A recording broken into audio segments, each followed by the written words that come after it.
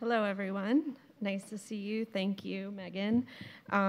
It's an honor to be here tonight and be a part of the Real Matter Conference. Before I introduce our amazing speaker, I'd like to say a couple of things. I think that Real Matter has really gotten better and better each year. I don't know how Matt, Zach, and the Institute studio office actually do this in the middle of the summer and do such a good job. However, I'm grateful that they do, and I'm proud of the way that they do it because they focus on high-quality design in our city, so thank you. For many, many reasons, I'm really excited for tonight's lecture. We're very lucky to have Gabriela here. She has a portfolio of work of the highest quality of design, and projects range in scale and typology, but are always executed to a very high level. The practice is focused on materials of place and the spirit of the people who are brave enough to commission the work, and an openness to anyone who is willing to engage and be inspired. Gabriela is a leader in our profession. Her practice is based in Mexico City, and her work has been published nationally and internationally. She has led workshops and conferences at various universities, and has participated in international exhibitions and received many awards. It's quite a list for her work, but most notably, the 2017 Architect of the Year Women in Architecture Award, presented by the Architectural Review. She's a founding member of the architectural design collective C733, which is an inventive and collaborative way of practicing architecture in her place. I heard a bit about it today, and I'm excited to hear more. As we all move through different chapters of our career, we have worked for someone, we may have partnered with someone, and we have allowed our work to guide our personal life and allowed our personal life to guide our work. Architecture is a passion and an amazing profession. With all of these experiences, we learn about ourselves, who we want to be, and what we would like to change.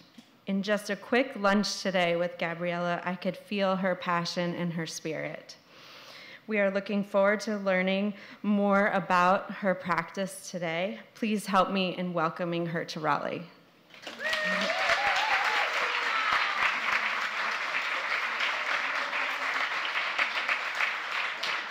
Hello.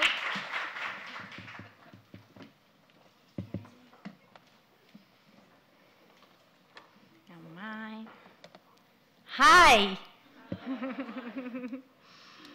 I'm really excited to be here. Okay. Let's see. Well, thank you first. It's my first time in Raleigh, so I'm not sure I'm pronouncing well. I want to say sorry for my English. I'm going to do this. Okay. So it's my first time here. I'm very excited. I love this venue, and thank you for being here. I want to thank first Zach and Matt for the invitation and for organizing this magnificent Real Matter. It's a real honor to be here. I'm also really grateful with Kat and Vinny for the invitation as well, and to all of you for being here. I will try to be very quick. I used to speak a lot, so please stop me if I don't. I really love the title of this, which is The Closer You Get.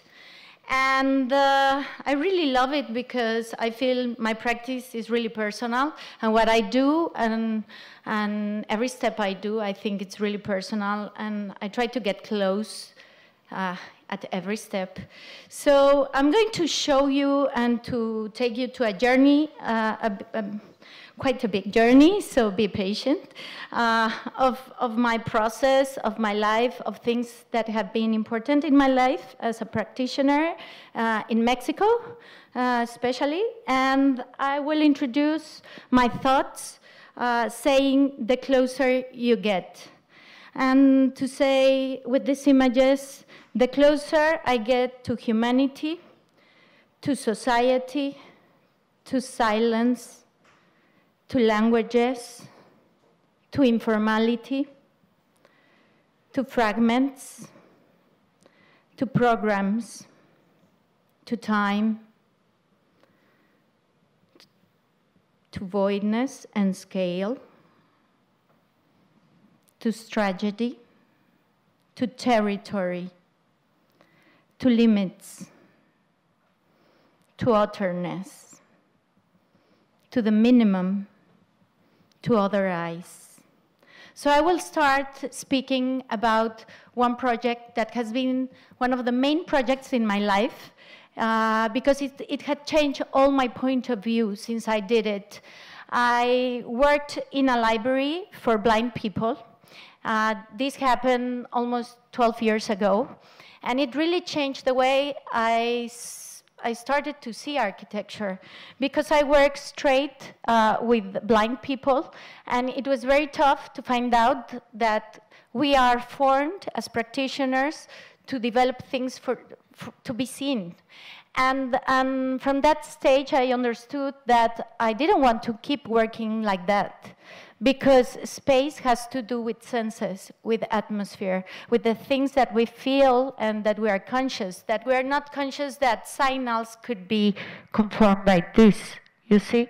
And that is architecture as well. So we designed a small library inside an old building, and we started to create a vestibule that has to do with a garden of aromas. And we did this with a great artist. So we composed aromas in one space, and that was really significant for me, to understand that space can be a composition of things that not necessarily are designed for the eyes. Of course, the eyes are important, so textures, materiality, different types of woods, different colors. I wouldn't use yellow ever in my life, but I found out that yellow is the color best seen by the blind people. I found out that in my country, in my city, there were lots of blind kids, and there was not a space for these kids to spend time to read, and that all the furniture and many steps that we consider in design were not placed in consideration for spaces. So we designed a library, kind of a labyrinth of sounds. It was very interesting because it was a composition of soundscapes that we did in different scales with different expertise, which were not architects. And at the end, we hung these cabins of sound, and we designed everything for other than the eyes. Till this point in my career, I found out I wanted to work that way on all my projects. Then I had the fortune, and I was very lucky to work for judicial courts for 5 years. And I had the opportunity to work in very complex context. Michoacán is a very complex state, very beautiful, with a very powerful cultural condition. But unfortunately, violence, drug dealing, and all that stuff is hanging all around. I was pregnant when I was doing this project, and it was really crazy because the conditions were not that great. And I need to say that designing this changed again my point of view, because I understood that designing a building had to do with what is the opportunity to create liberty. And when we design buildings, most of the times we doesn't ask ourselves how we can achieve liberty through space. I didn't want to create any barns.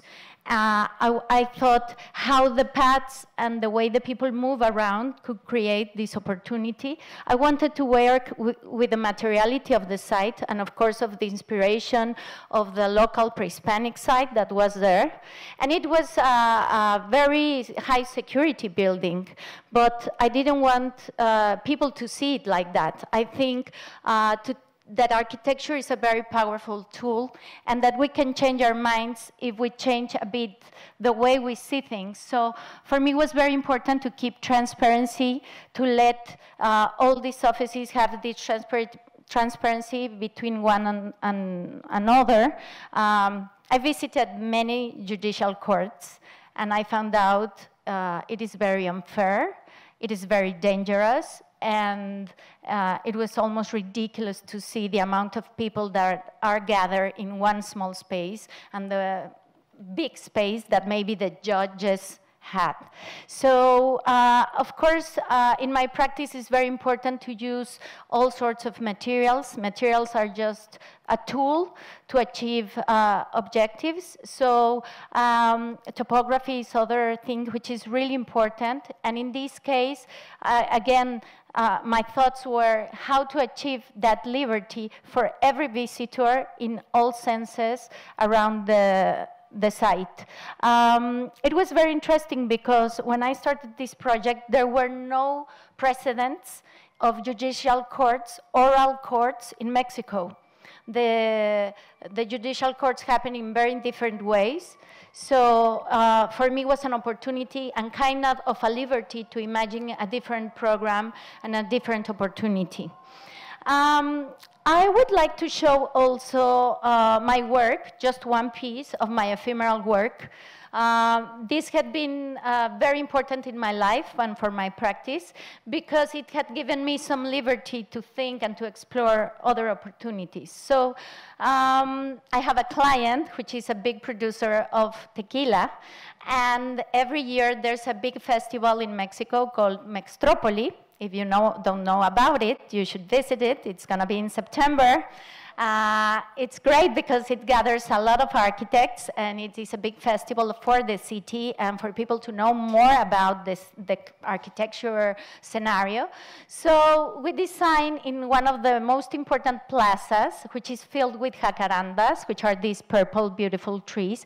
It is very important and old in tradition, this big plaza, and it has you can't touch almost anything, and you need to build this stuff in one day. So we prefab this very light structure, very simple one. We wanted to create a patio, and we thought this client produces tequila, so it's the only opportunity to gather 10,000 leaves of tequila to design this pavilion. So we took advantage of that, and we asked our client to bring those leaves. So we created this small hub, and I invited my students. I offered them to pay them with tequila, and all night they craft all these leaves, pinching themselves, almost not knowing how it worked. And this idea, we got this idea because like some years ahead, I had worked in a town and I had seen beautiful constructions with maguey leaves. And I thought I would love to do something with this. And of course, it was our first experiment. And I was not sure we were going to manage to finish. And well, my students were happy. They had tequila. So, and finally, we found that this was pretty amazing. It was a big surprise because I think we all love in Mexico porticos, you know, this idea of being inside, outside, but the condition of the space that these leaves gave were amazing. And the agricultural guys were very stressed because they said, no, the leaves, they're going to start to bring bees because it's going to get decomposed and the bees are going to run around. And I was like, wow, that is going to be excited. Of course, we never had the bees because they took it off very early, but it was very happy to experiment and to do those things. So now I want to talk about a project that is it's in the border in Ensenada, very near San Diego and Tijuana. It is Ensenada, a beautiful area where wine is being produced in Mexico, and I started working there 12 years ago. And what I want to say about getting closer to this territory is that for me, it was very difficult to understand the scale of the site. And this was a huge territory, like 800 hectares, and I never had worked in such a big territory, and I had to do very small buildings. So you're going to see the amount of amenities I had designed for this real estate project. It has to do with wines, vineyards. You have seen the sea, those views, and it is an amazing land, unfortunately without water.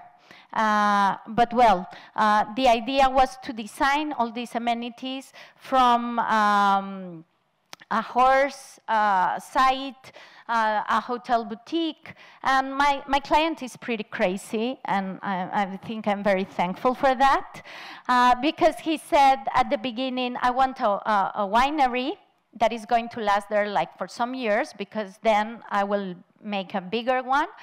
And this was the first experiment, so it was a very small building, and we wanted to always attach the building to the territory and to the landscape. And every time I see this, it's like, where to grab, you know, where to place a building.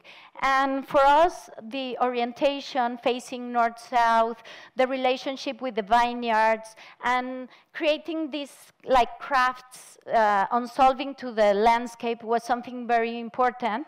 Now this building is something very strange. It's not only a winery, it's a place for weddings, it's like a public transportation, because you take a truck and they take you somewhere else to have some wines. So it has many programs, and I think that is something very successful, because the building has this flexibility to change along the time and to move around with the requirements of the site.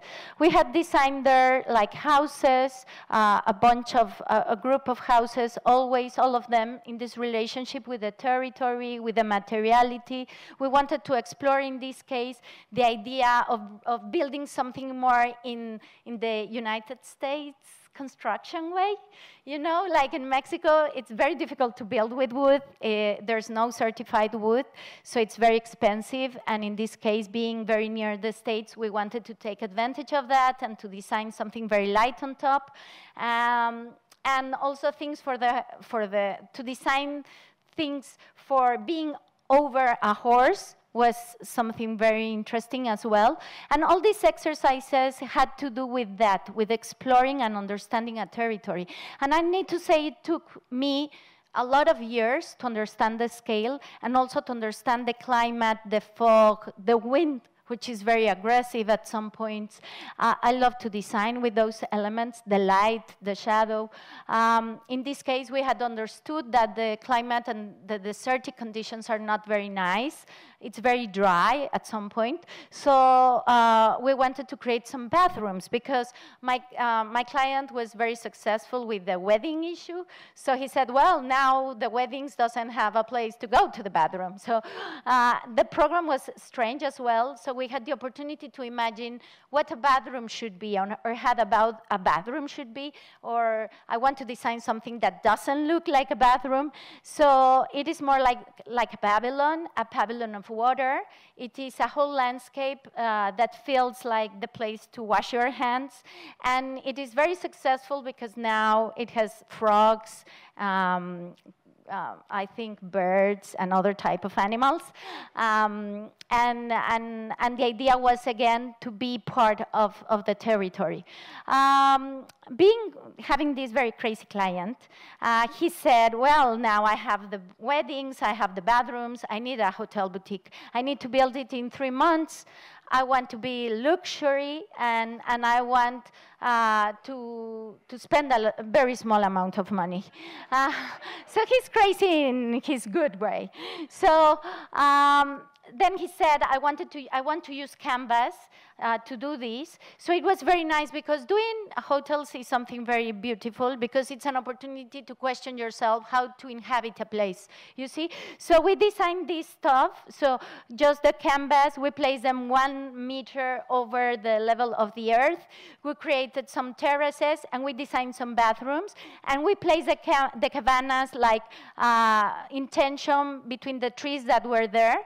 And what was very nice is this is the showers. So we explored the idea to have these walls at some level. So you are washing, you are showering, and you can see the other one. So there's like kind of attention because you feel scared that someone is seeing you. So it's always questioning, what does architecture mean? You know, like to question the programs, to question the way we inhabit, to question even our privacy.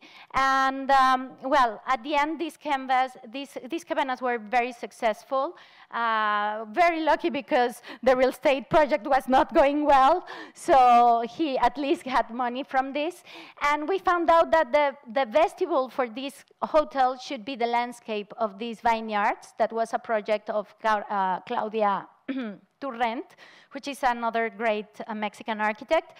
And so the second stage was to build new cabanas, and these cabanas were going to be placed in the mountain. But they wanted to have this opportunity of having the canvas and the built ones.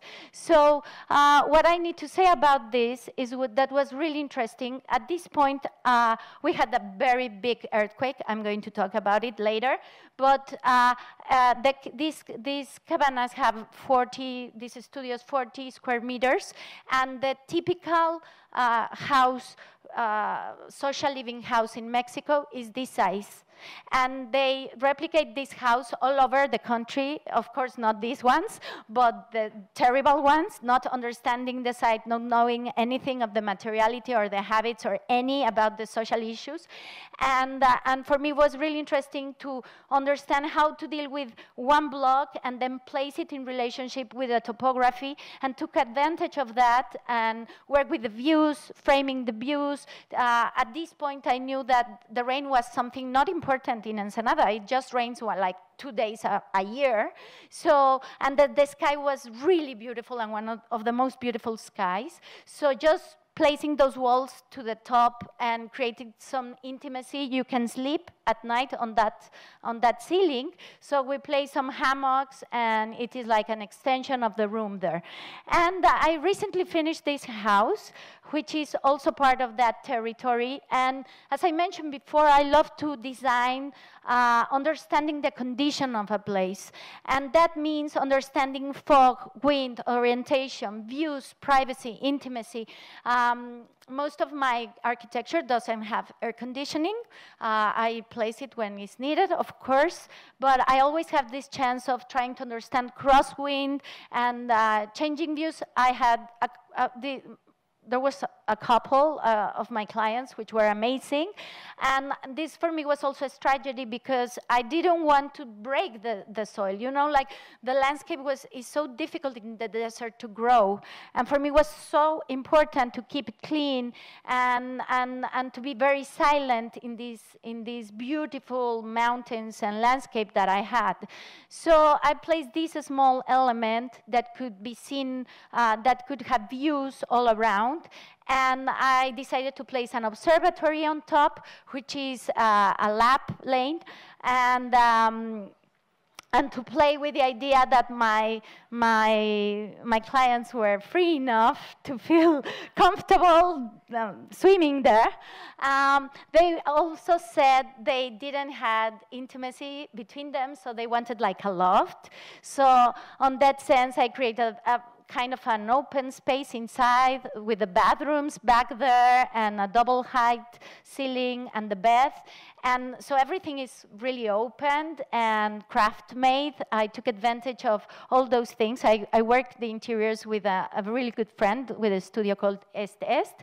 And on the main area, it's also an open space and an area for 2-bed like Airbnbs they want to rent.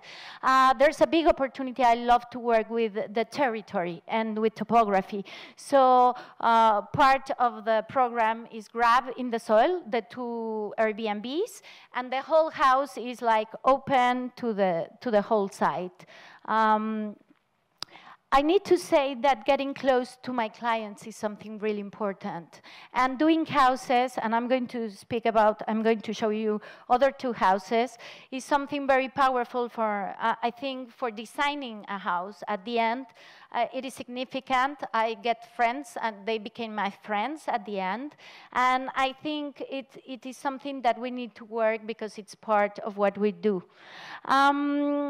This is interesting because these 3 houses are placed in the Pacifico. in the Pacific Ocean.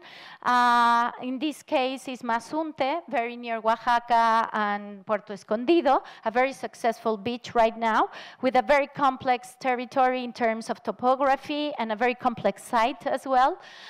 So we started designing a stir. And it was interesting to understand how to move around and to understand a bit the jungle, you know, to understand the site is something significant, and to understand the rules and to understand the requirements of our client. In this case, my client is an owner of very important boutique hotels brand in Mexico. So he wanted like a house that seemed to be a party place, and he also had two requirements. He said, I want towers as San Gimignano, but the rest of the program could be open. And it was interesting to understand the type of jungle, that it gets really dry and then really humid at some point of the year. So, and also to reduce the scale of the house was something important. I think this is something I try to fight a lot with these two issues, the scaling of the programs and the limits. And in this case, what was very interesting is that we had the chance to work with artisans in a very beautiful way, because we had budget, and also was very interesting because my client loved the artisanal stuff. So we decided to build this, which seems to be, wow, very invasive, of course, in the site. And we decided to build 2 towers of stone where the main rooms were built. And then the rest is a system of orthogonal pieces. The last one is almost a dock, a big inspiration of Malaparte, a bit, and Malaparte house. And we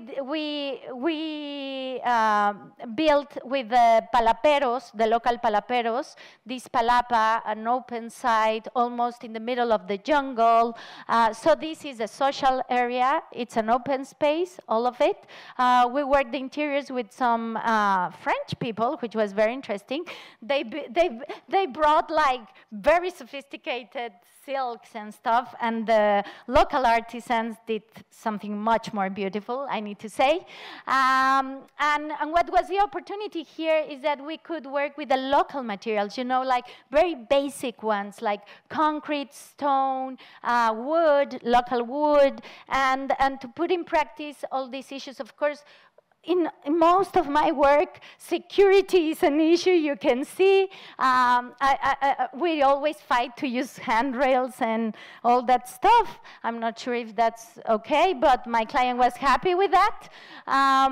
We created this relationship and this tension with the sea always, no? With different views and the framing, taking advantage of the levels, creating the topographical issue, something interesting. This is a spa and an area for a sauna and a massage area. He wanted the Japanese bathroom. Yeah, he's a very sophisticated guy.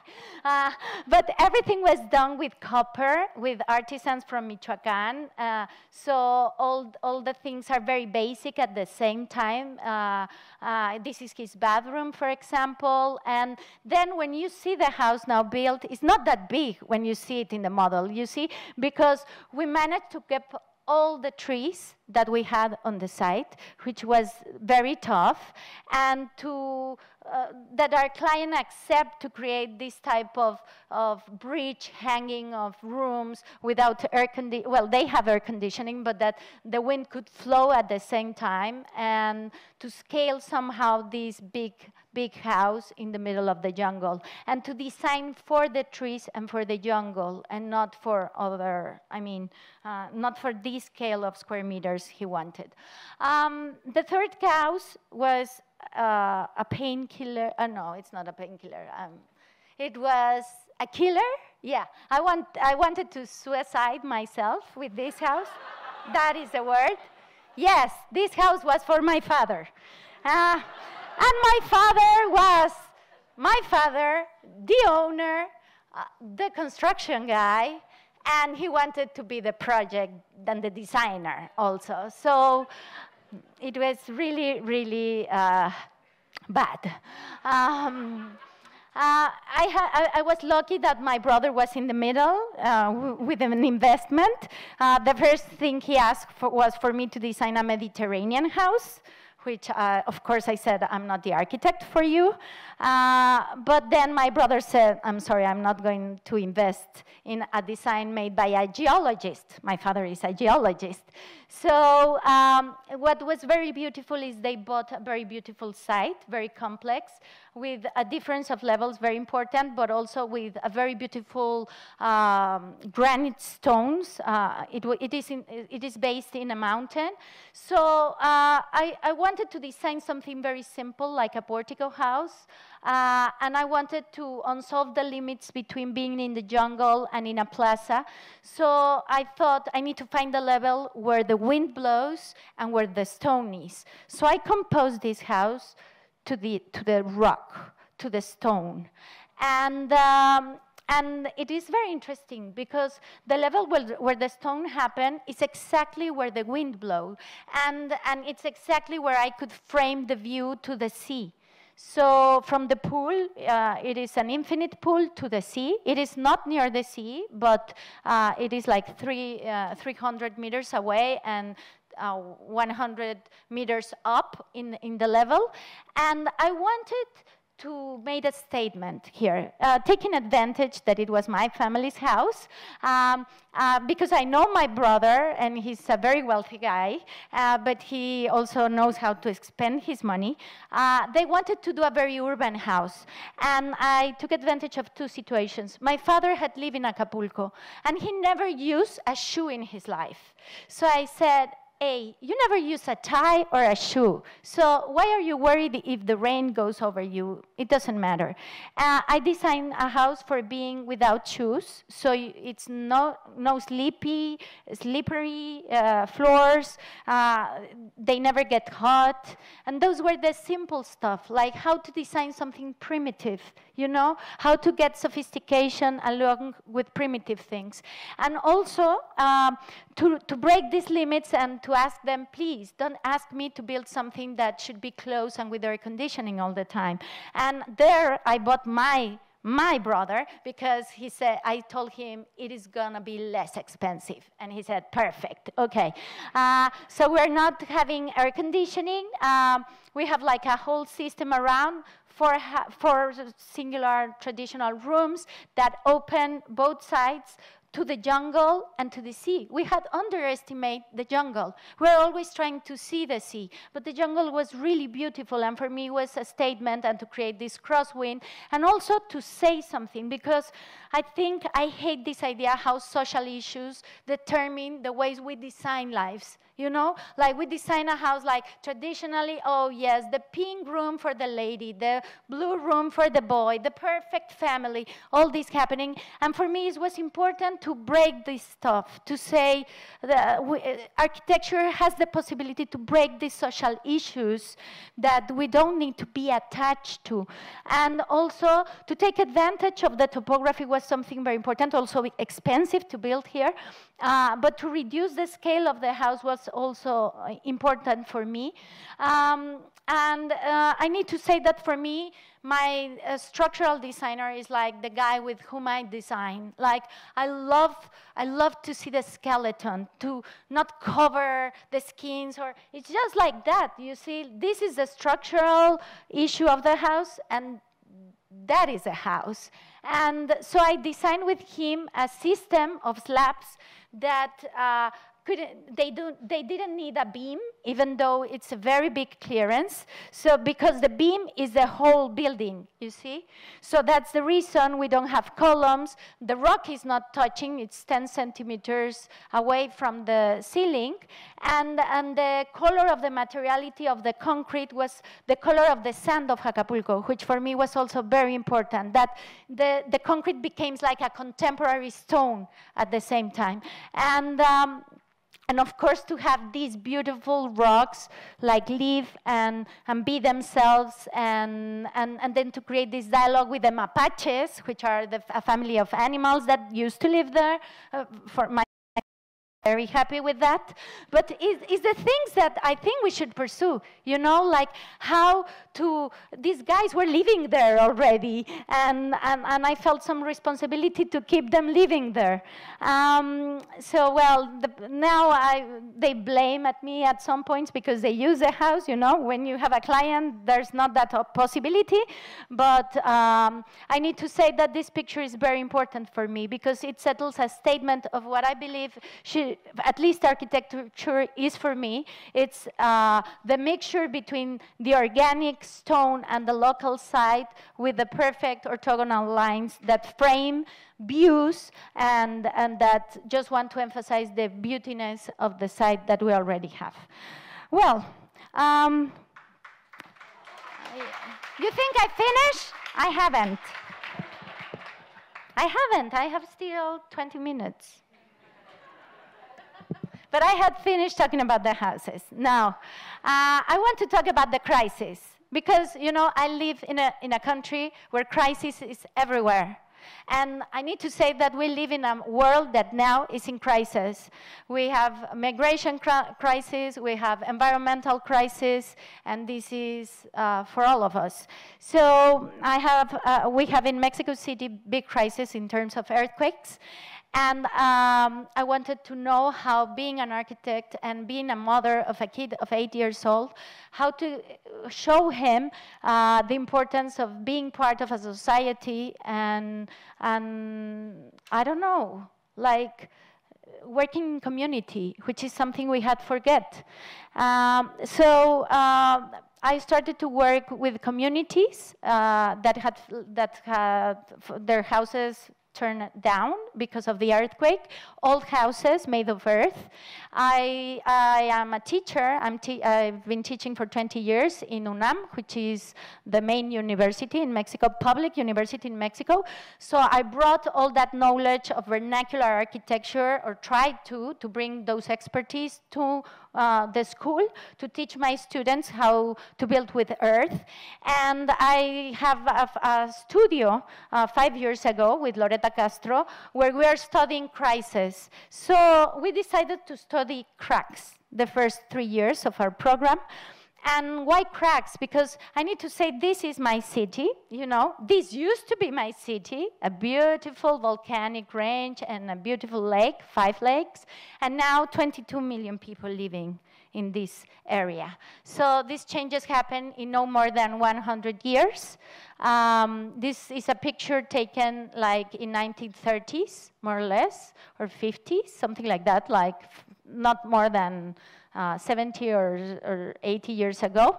And, you know, around, because of the qualities of the geology, we have cracks in the most vulnerable sites where the most vulnerable municipalities live. It is very interesting to know that vulnerability, social vulnerability, has a lot to do with physical vulnerability. For example, where there are cracks in the streets, physical cracks, is where violence happens, where social tough issues happen, killing, drug dealing. So imagine that. So these years, we didn't have an earthquake. The big earthquake happened in 2017.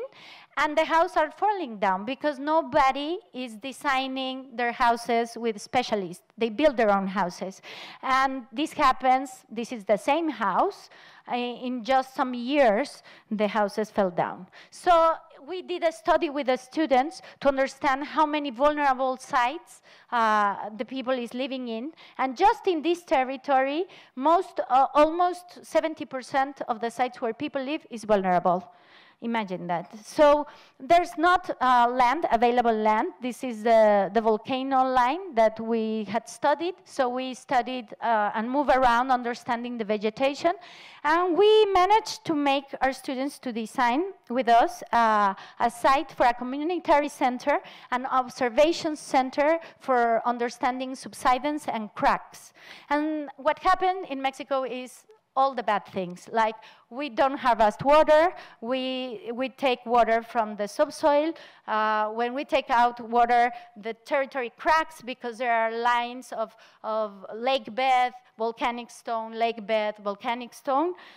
So here we used to have a school and a culture and a community center, and we managed to design a garden with the students and with the community, with a very, very small budget, and to get to the people a new public space, which was not available around this area, in a very traditional town inside already the city. So this was the school, and we got all these this material from the fallen school, and we designed with that a new topography that could move around.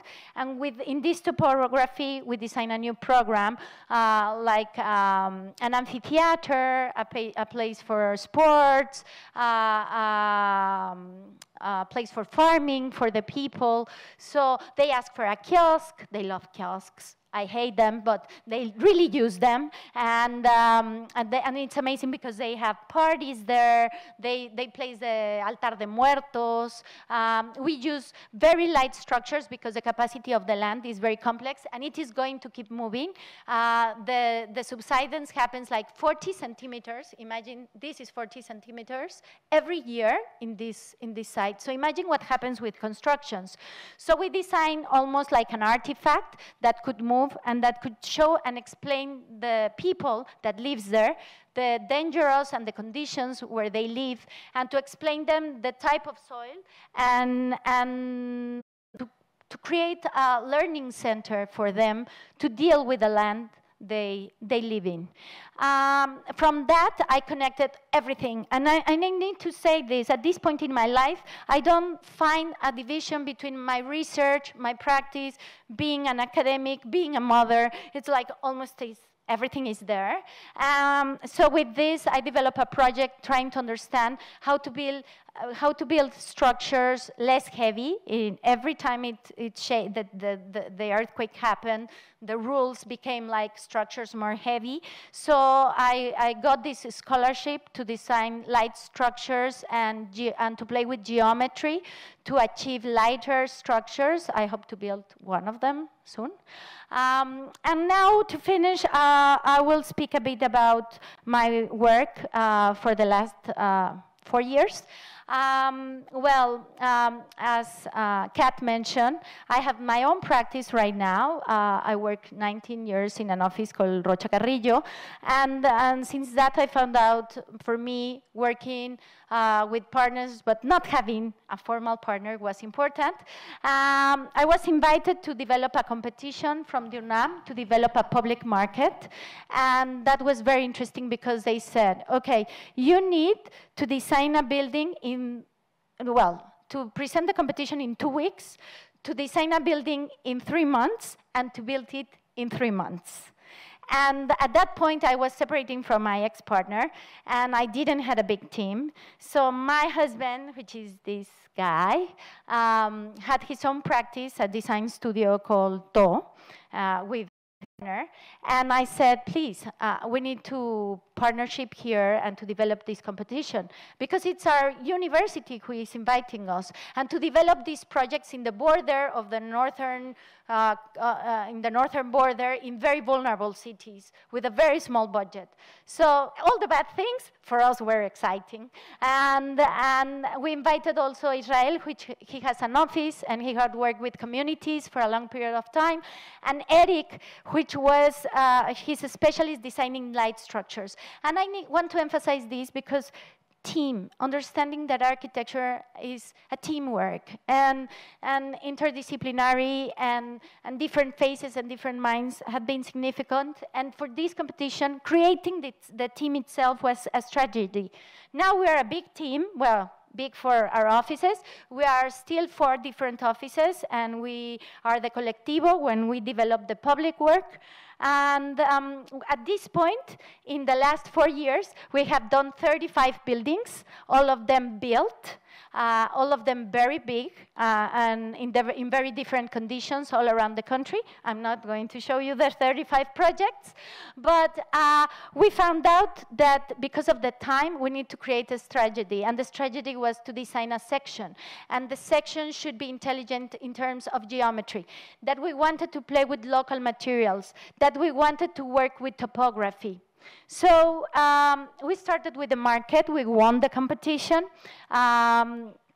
And we were very inspired by this idea of not doing just a market, because in these areas, there's nothing, you know, there's nothing. In this site where the market was built, there were needles of heroin all over the place because there's no public space for the people. And we decided to create the market more as a portico surrounding an oasis. And we work in different scales, like in terms of course, the zoning, and in terms of how to build a public work that is intelligent enough to harvest water, to create gardens that are sensitive to the site, to work with the local light, with crosswind, and all those things that are for free. Then we place the geometry because it's important to achieve very light structures, but we didn't want to lose the dignity of the space. And they said we needed to replicate this market all around the country, which for us was like stupid. So we said, no, we are going to create a strategy. So we are going to use layers, a very superficial foundation, like walls that can hang themselves in one level, then a light structure that could hang any material that we want. So we designed the structure since the very first stage. Even we try to understand how to build it, and even though we're not construction, we're not constructors, we are not building anything, we're designers, we had imagined how to do that. And well, at the end, the market was built in 4 months, and we were attached to the budget. It was very surprising, because we're not used to that. But we work at the same level, you know, at the same time we were designing the structure, we were understanding the cost because we didn't have enough time.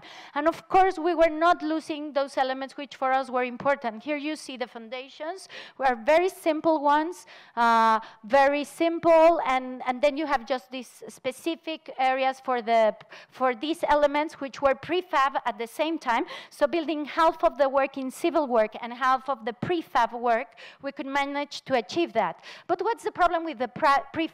It's like it's very plastic. And we love flesh, like porosity, stones, bricks, materiality. So we wanted to play with that, and to play with lightness, and to take those materials to the ceilings. So we decided to design a market that is built with bricks, all over in every space, like in the ceilings, in the facades. Of course, to get the light and to get these very light columns also, and to create and to have this capacity of create a very flexible space at the same time. So the purpose of the place could happen anything, like a Zumba class or whatever the community will need. The garden was very bad there. It wasn't finished. I promise it's finished now, and it's used. Unfortunately, you know, we design, informality is something very beautiful in Mexico, and we're always like, we don't want to see it. We're always seeing the obvious, but we wanted to create, like, you see, like the vendors open their merchandise and they close it easily, so we thought, like, we are going to create very free space so this could happen. Unfortunately, that doesn't happen, but it's like we understood that in public we could challenge the rules that we were against. And then they asked us to replicate the market in a very different context. So we took advantage of our knowledge and the geometry, and in this case we used bamboo, which is, this site is one of the biggest producers of bamboo in the southern border of the country. And the spirit of the oasis became a big street of trees and a big garden and another color of brick, because the climate is really different. I will show you this, which is the second project that we designed, which is a sportive area and a baseball court, no. Okay. Stadium, well, this is not a stadium. It is far from being a stadium. But yeah, we design in a site which the sun is terrible, the conditions are terrible, and I'm sorry if you are fans of baseball, but baseball stadiums like have so solid facades, so big, in so much square meters around, and so big blocks, that creates insecurity in a neighborhood, especially in these types of cities where there's no light, and so insecurity happens around. So for us was to question some things, like how to create transparency for these blocks. Second, how to create democratical spaces. You know, in Mexico, there's no money to pay, and even though none of us knew anything about baseball, we asked, which is the most expensive spot? And someone might know how baseball is the Diamond, right? So we said the Diamond is going to be a public plaza. And the municipal president was not happy with that. He was, in fact, very angry. But we designed a plaza with a clear view, and we designed a portico, and I think that could be many things. For us, is how to achieve many things with the less. So we created the seats, we created shadow, we created an extra shadow for the big court back here, some courts moving territory, and we wanted to use brick again, because brick gets sold really well with a very nice patina. So here you see the space, and then we create transparency. And for us, was an opportunity to create shadow for people to move around. And again, this was breaking the rules, you know, for the baseball players, for the municipal that was expecting to sell very expensive, the entrance to these main areas, you see here, the public, the main place. So for us, we found out we wanted to break the rules and to question that. And we've been doing that for the last 4 years, because we have someone in the government that let us do that, I need to say. So with very small budgets, we've been transforming these sites. In this case, the people in Tamulte, look at the church. It's like 95% of the people just speaks pre-Hispanic language.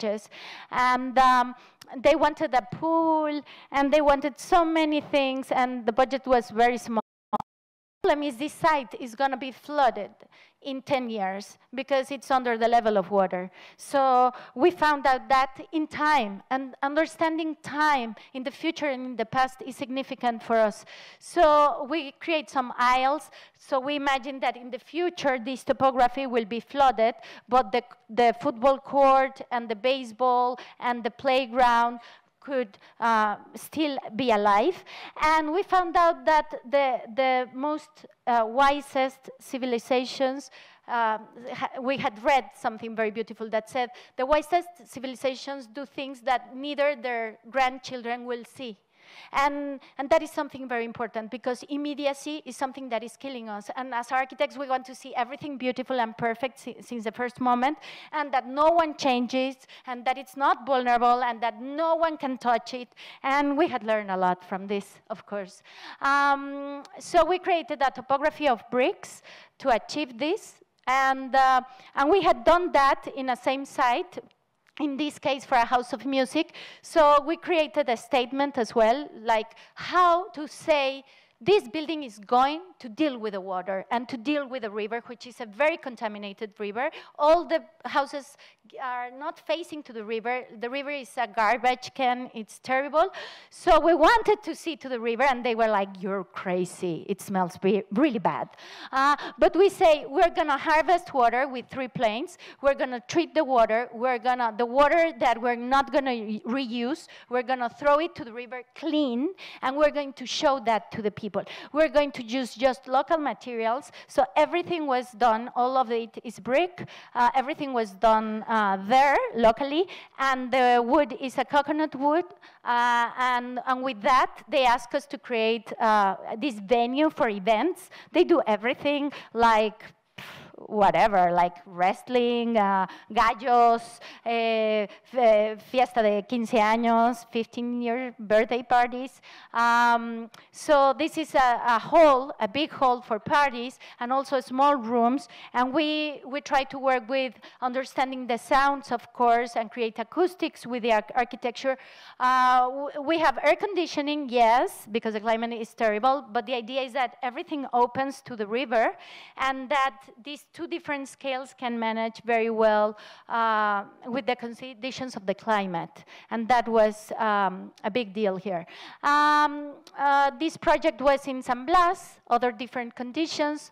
All of this that I'm showing, for example, this project was designed and built in 10 months, and it is a big complex because it's the plaza, also done in brick. Brick? Why brick? Because in these areas, you saw the one of bamboo. In these areas, brick is very easily done, and it's not expensive, and it is very beautiful.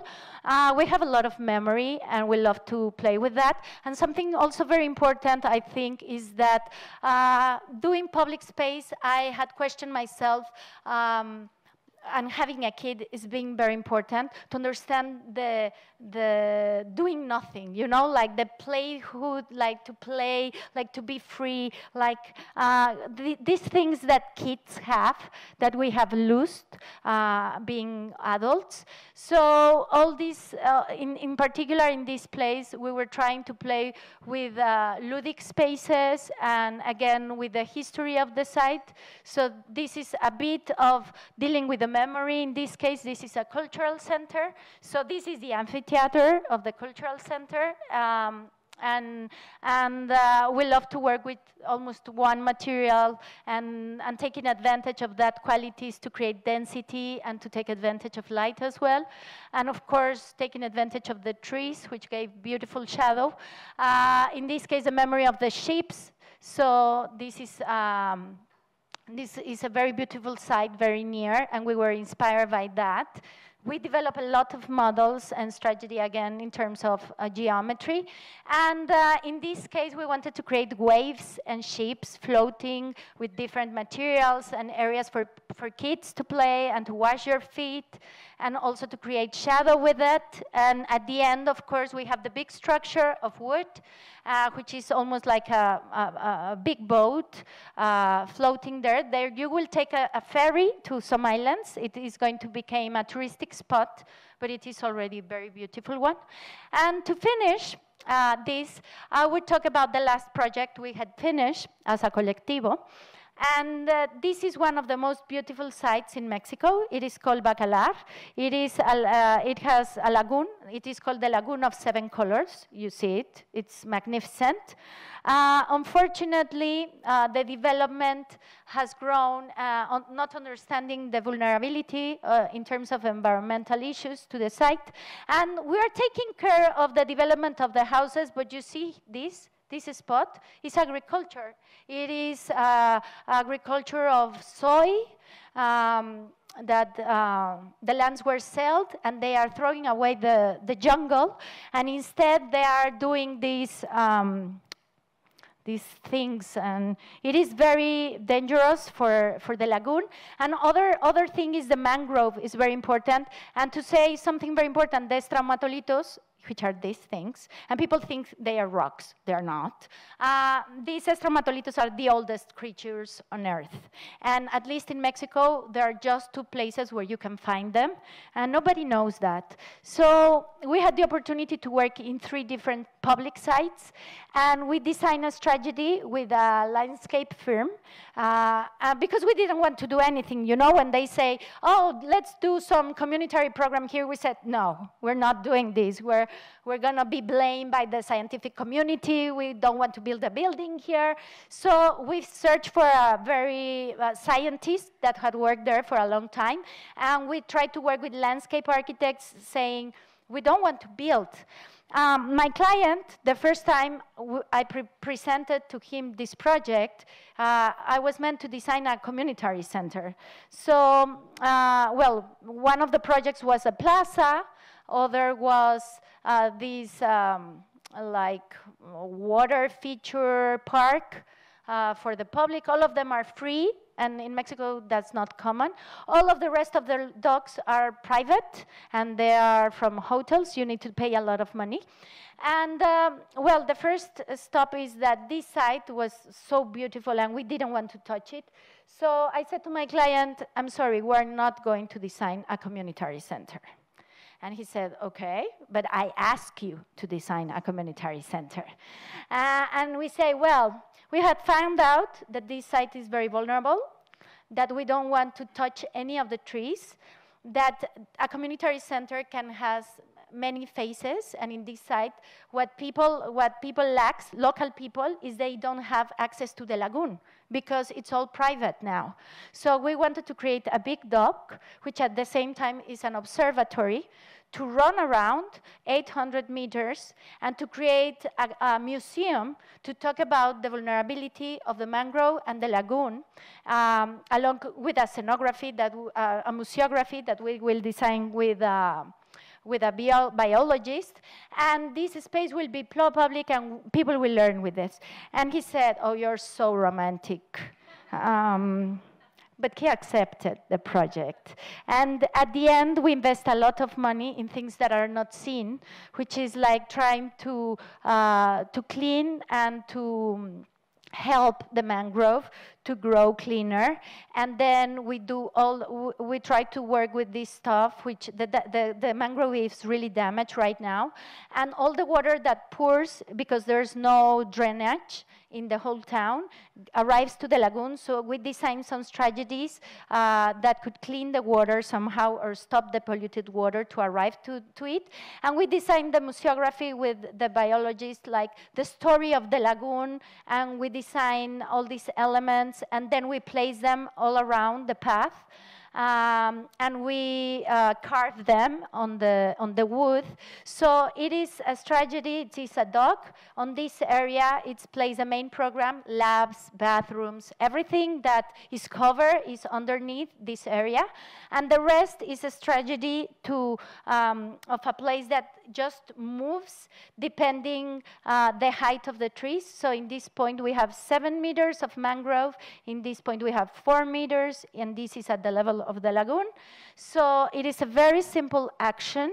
It's almost doing nothing. It's just a path to understand a bit more about the site, to understand the importance of the lagoon. It is oriented to the north, as all the pyramids are, and it grows when it needs to grow, and it disappears when it needs to disappear.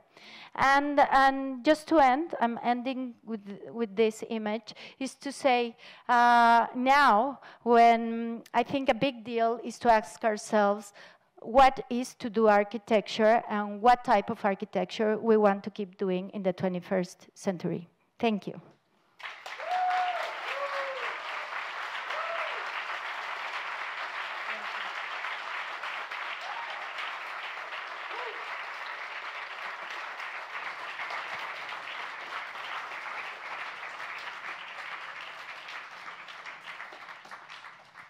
Gabriela, thank you so much for the amazing lecture.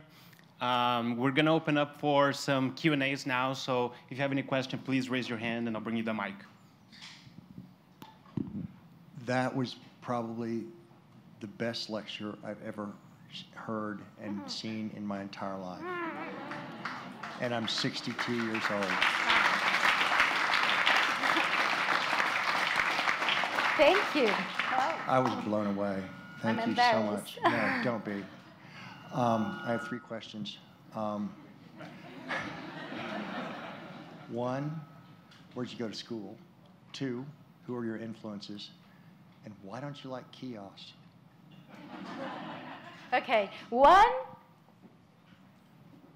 Where'd you go to school? Which is my school? Yeah. I studied in UNAM, in the public school in Mexico City. Wow. Where I teach. Fantastic. Which is one of the most democratic spots that is in my country, because the son of a president is seated there and the son of a carpenter. So, I mean, and carpenters in Mexico are not like here, like, unfortunately, yes. So, yes, I love my school, and I'm teaching there, and I'm developing this research program for 5 years, and now we're working in migration. Wow. So that's a big thing Who with students. Who are your influences? My influences. Oof.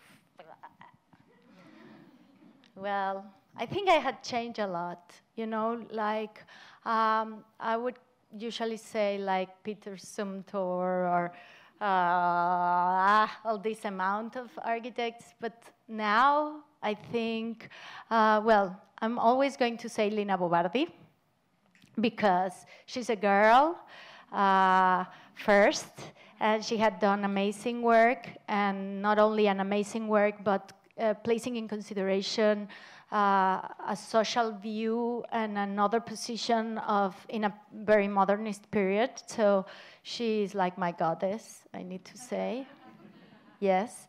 Of course, a lot of women architects, because I don't know here, we were just speaking about that, but in Mexico, now it's like the age of the girls, but it is not easy to work as a woman in our practice, and I don't think it's easy to be a woman in my country in all conditions. But now I'm really inspired by my kid. Observing him has become a great, big inspiration. Also, I try not to read architecture and to read novels and other type of books. And I'm in a lecture like team that I do every month, and I enjoy that a lot, and I get a big inspiration from that. I think my colleagues, which are not architects, and the architects because they are my friends and I love them and they're brilliant, as my husband, but he's also a musician, and I think, for example, in the observatory, I work very tight with a geoscientifica, which is an engineer that knows about Earth. So I think all these opportunities, like in this project, working with a biologist who was very important, and all the scientific persons. So I think one of the big problems is that architects are all of us are very architects, and we are always pursuing architecture. So I'm trying to avoid that, sorry, colleagues. I love to see industrial work, I love to see science. I'm more trying to get free from this, because that's already inside of me, so I need other influences, which is not architecture, landscape. I'm trying to do a lot of landscape, which I'm not an expert, of course, but that is a space as well, so that's it. And I actually have another question after this, but why don't you like kiosks? And then finally, how old are you? Thank you. I am old. Because as I understand, architecture is an old man's profession. You are not an old man. Yes, well, I started very young. I started working very young, at the third semester of my career. I started to work with Mauricio when I was 23. I worked with him 19 years, 10 as a partner in Taller Rocha Carrillo, and now I am 45 years old. And I'm happy having 45 years old. And what was the kiosk? Well, the issue with the kiosk is I really like it. I like the concept behind, but what I hate is that people is attached to an image of a kiosk. So when it's like the porticos, like sometimes people arrive to you and they say, oh, I want some arcades here because they are very beautiful. And you say, well, that is a portico. And what is a portico? A portico is a typology that is a place which is open, still have a ceiling, the wind happens. And so what happened with the kiosk is like that especially people from the communities is really attached to having a traditional kiosk, like made with these elements, like very figurative elements, let's say, and also they use a handrail even though they don't need it. So very strange. So it was a big fight. I think it's not that I like them, but I try to work with the idea of understanding. And it's true now that you ask the question, it is very beautiful to see. I have seen their birthday party filled with balloons. The Altar de Muertos, all the kiosk is filled with cempasúchil flowers, which are these orange, beautiful, and the skeletons, and very, very nice. Karate classes. So it is beautiful in terms of what it can happen. It is not nice the way the people has it in their minds. They are imagining it all the time in the middle of the plaza, where a place where nothing happens, just like a trio that doesn't exist anymore, you see? But I think in this case, because maybe we talk a lot with the community, they managed to feel comfortable with this not very traditional kiosk. But thank you for the question. I won't say I hate kiosks anymore. Thank you. It was like a psychology problem from me, dealing with that. Thank you for the questions. I have a question on how you get to know your sites so well, because in ancient days, the architects were geomancers. They read the earth. I'm sorry, I'm not hearing you. Oh, I'm sorry. It used to be architects got to know the site. We had time to understand how the wind blew and where the water flowed and all that. Unfortunately, these days, we deal with surveys that sometimes we never even see the site. How much time do you have to get to know the places you're putting your buildings? Because you seem to read the earth very well. Yeah. Well, yes, I think that is really important. I can't design anything without being in a site. And for example, it is very interesting, but I learned that many years ago, and I think doing the library for blind people, for example, when I received the program, they ask, the first image I show you was the old library for blind people, which was a very traditional space, very beautiful because the space was nice. But then when I read the program, it was exactly the same they had. And then I said, hey, this is what you really need. And the guy there said, well, it's what we have. So I spent 2 weeks, all day, sitting, just seeing how the library functions. And doing that, well, I spent there 2 days, but my team spent the rest of the week. And it's interesting because I saw things that, like the librarian, the girl working there, went to the corner to read a book to someone, and then the other guy just came but without asking any book, and that suddenly they arrived with the dog, and many issues that I really understood being there. So I think I never underestimate that.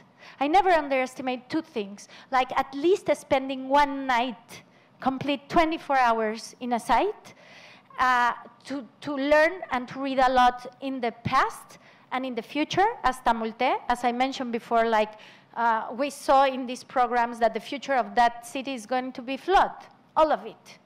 So imagine, and we're investing money there. And the last one is to speak with the local people. And I think that is invaluable. And that has to do not only with your clients, has to do with just sitting around and saying, hey, how, do you like the lagoon? Yes. Oh, yes, I can't get in, because it's very expensive. The hotels are the owners, whatever. And even though nobody pays for that, I think I had decided part of my fee needs to go there. And I never draw any line till I have a space of time kind of understand things. Because you need to understand things, not only have them there. And well, I have good teachers also, so that has shown me. My kid is a big one. The first time my kid said water was because he heard it. And those things, we had lost them. So kids are good teachers. Thank you.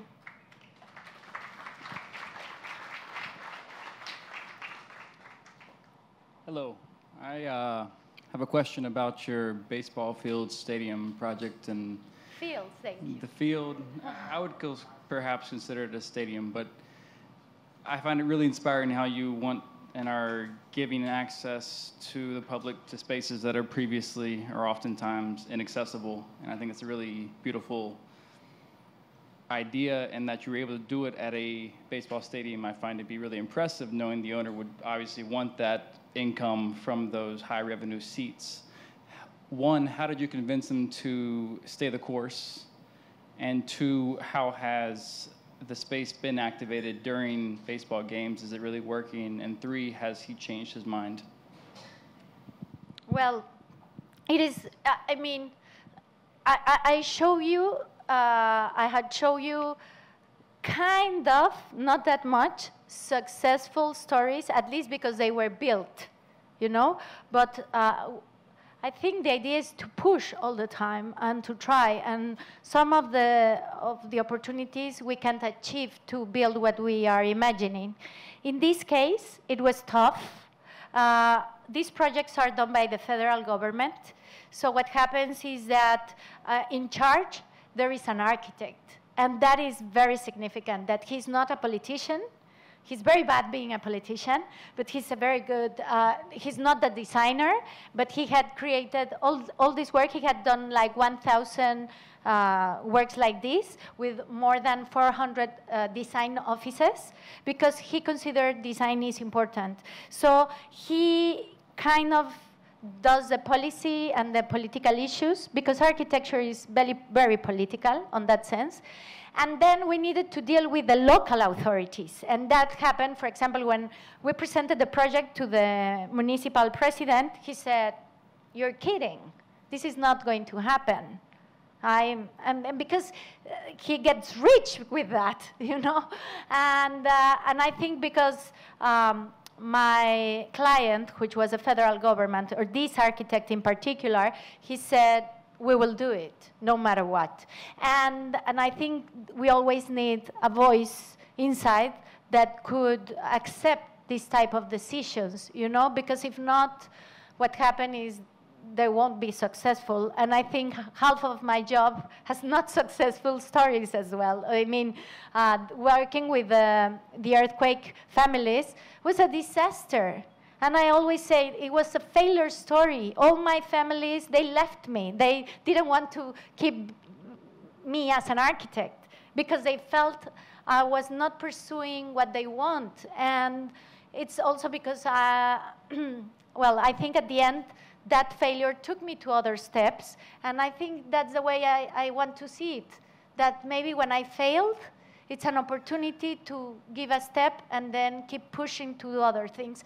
I'm really upset with the social life we have. You know, I'm upset with gender violence. I'm upset with violence towards otherness, toward kids, old people, richness. In my country, it's very awful, that issue. And I think we had an opportunity, like having a statement behind that. So it is tough. You're not going to have it all the time, but we keep pushing, pursuing, like. Thank you. I have lost good clients because of that. Not that good, because they ran away. Yes, that's the risky stuff, but they were not meant to be my clients. That's it. Thank you. Someone else back there?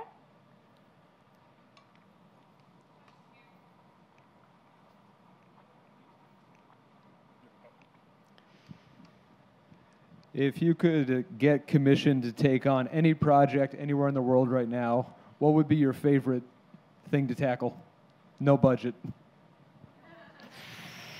I won't know what to do, you know, because for me, crisis is like an opportunity, and I'm forced to be or try to be as much intelligent as I can. So I try to grab to this crisis as an opportunity. And let's say if I had no budgets, wow, where's the limit? You know, would be very difficult. I won't know what to do.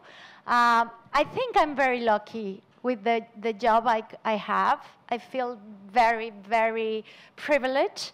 I love doing what I do, and for me, it's the same doing a house. I mean, I know I have emphasized a lot in public space because I feel it has a bigger scale. You know, like I can reach the people that maybe can't afford to pay me, or which I will. I mean, I usually do work for very small amounts of money, and I can do these projects because I have private clients that pay me better, a little better.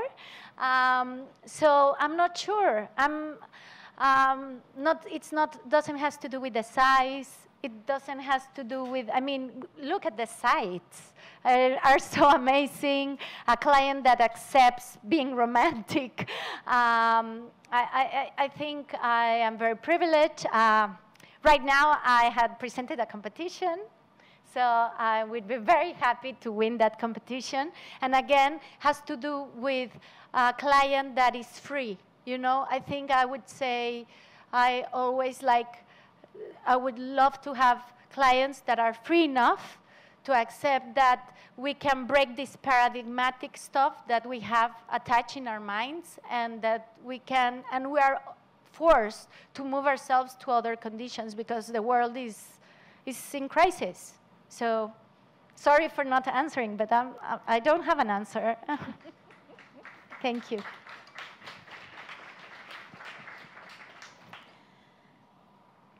Buenas noches.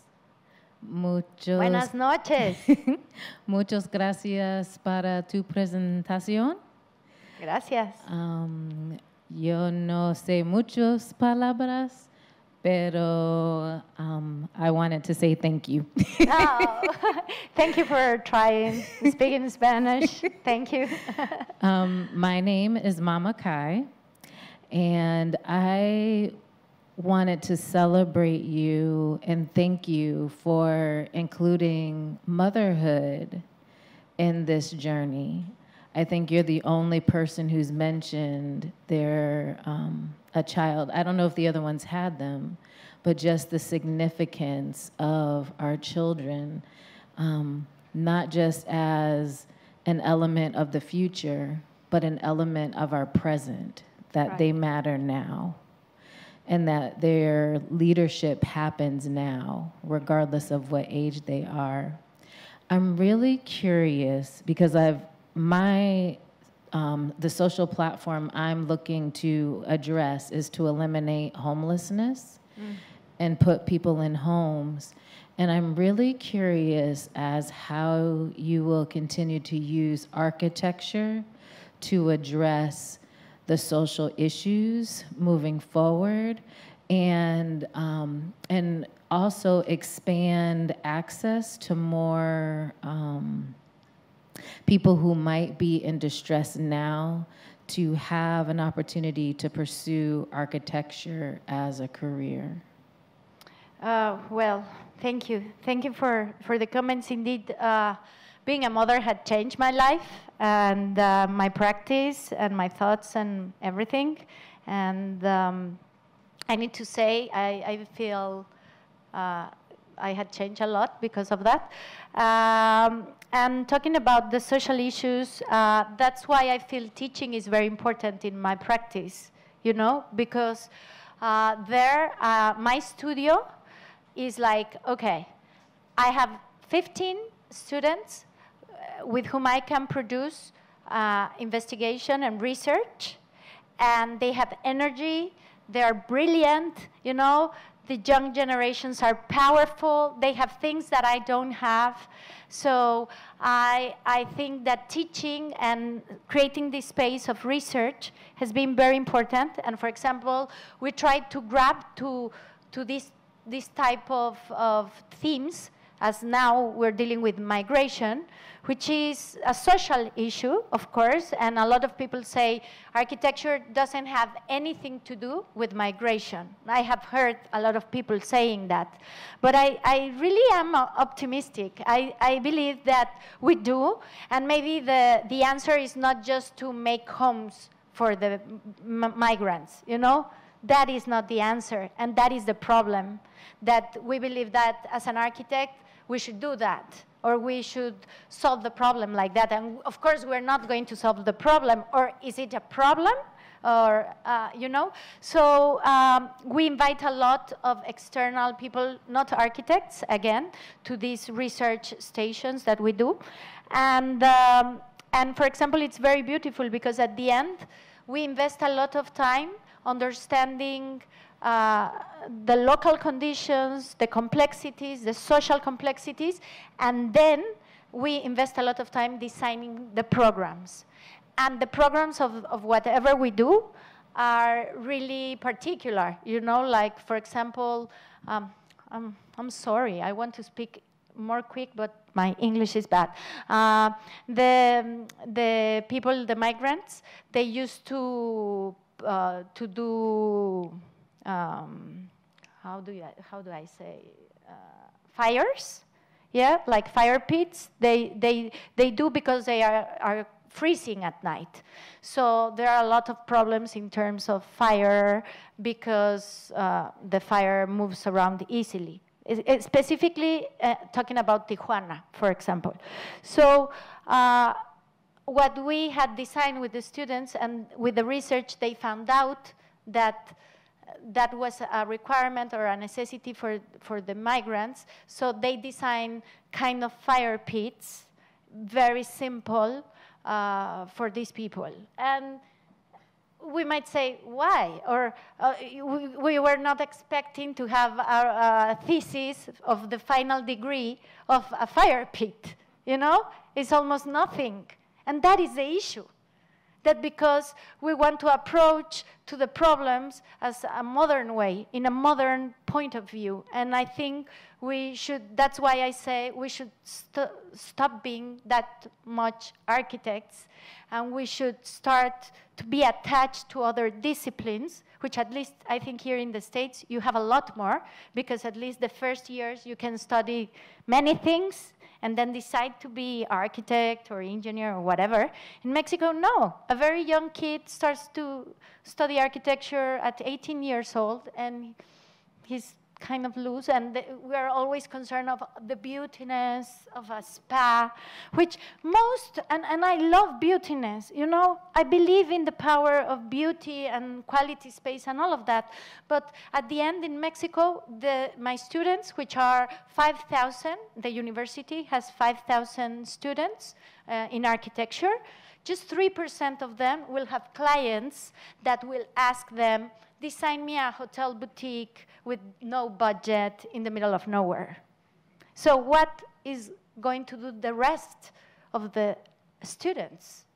And that is frustration, not being an architect, but be driving a cab. And it's not that it's bad, but they wanted to be architects. So I think we should start, or for me, start to change that. And that's why the school has become very important for me. And I think because we're not dealing with the architecture that at least I studied when I was a student. Thank you.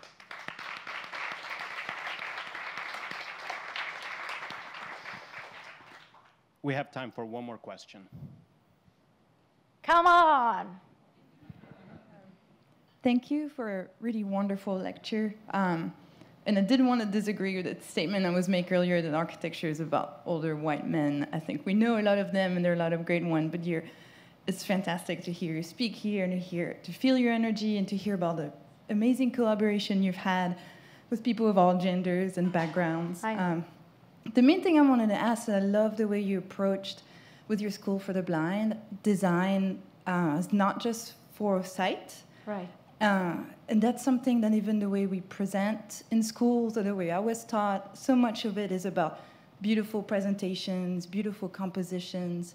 And I was wondering, in your design process in your office or in the studio with your students, how do you break them out of that? And do you have any exercises or approaches, meditations, material studies that you do as kind of a touchstone or a way of always remembering the other senses that not everybody has. Not everybody has sight and hearing and all of, so That was my question.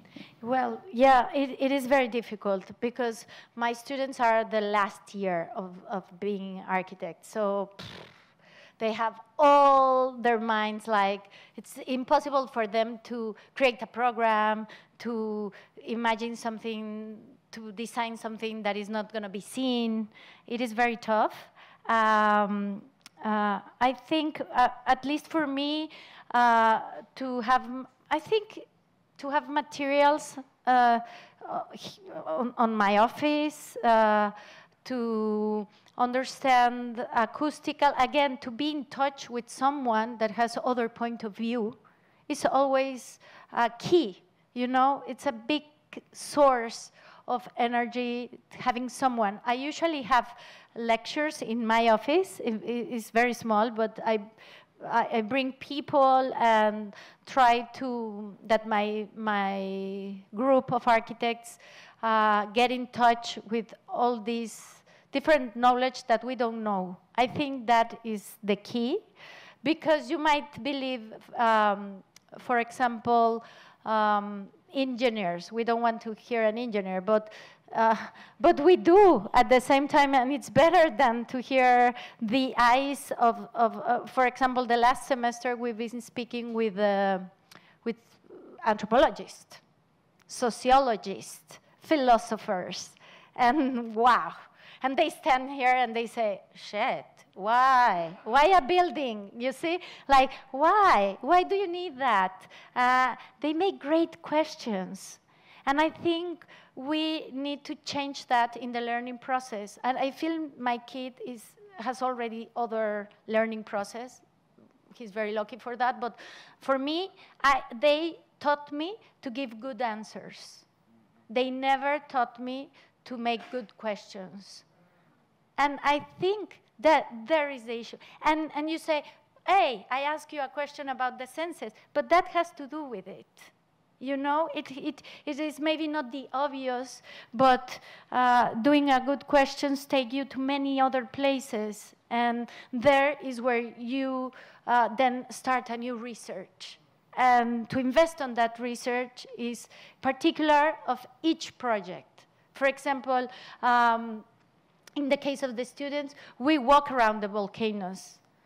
2 or 3 sessions, we walk through the volcanoes, and they just photograph the type of, they grab all the stones, they photograph the plants, and it's an exercise. Other time, we follow the water. So we went to the mountains, and we just move with the water. Well, imagine in the city, there's very few evident and obvious water now. So it was really interesting to move around just like that, no? Or to move around the subway and try to find out how the system functions. And all of that stuff, which we might say, this doesn't have to do with architecture, at the end is really significant because it has to do with opening your view to other possibilities and other questions. Thank you. Thank you. Thank you. It was great to be here. Gabriela, thank you so much for an inspiring lecture tonight. Let's give it up to Gabriela one more time, please. Gracias. Gracias. Gracias.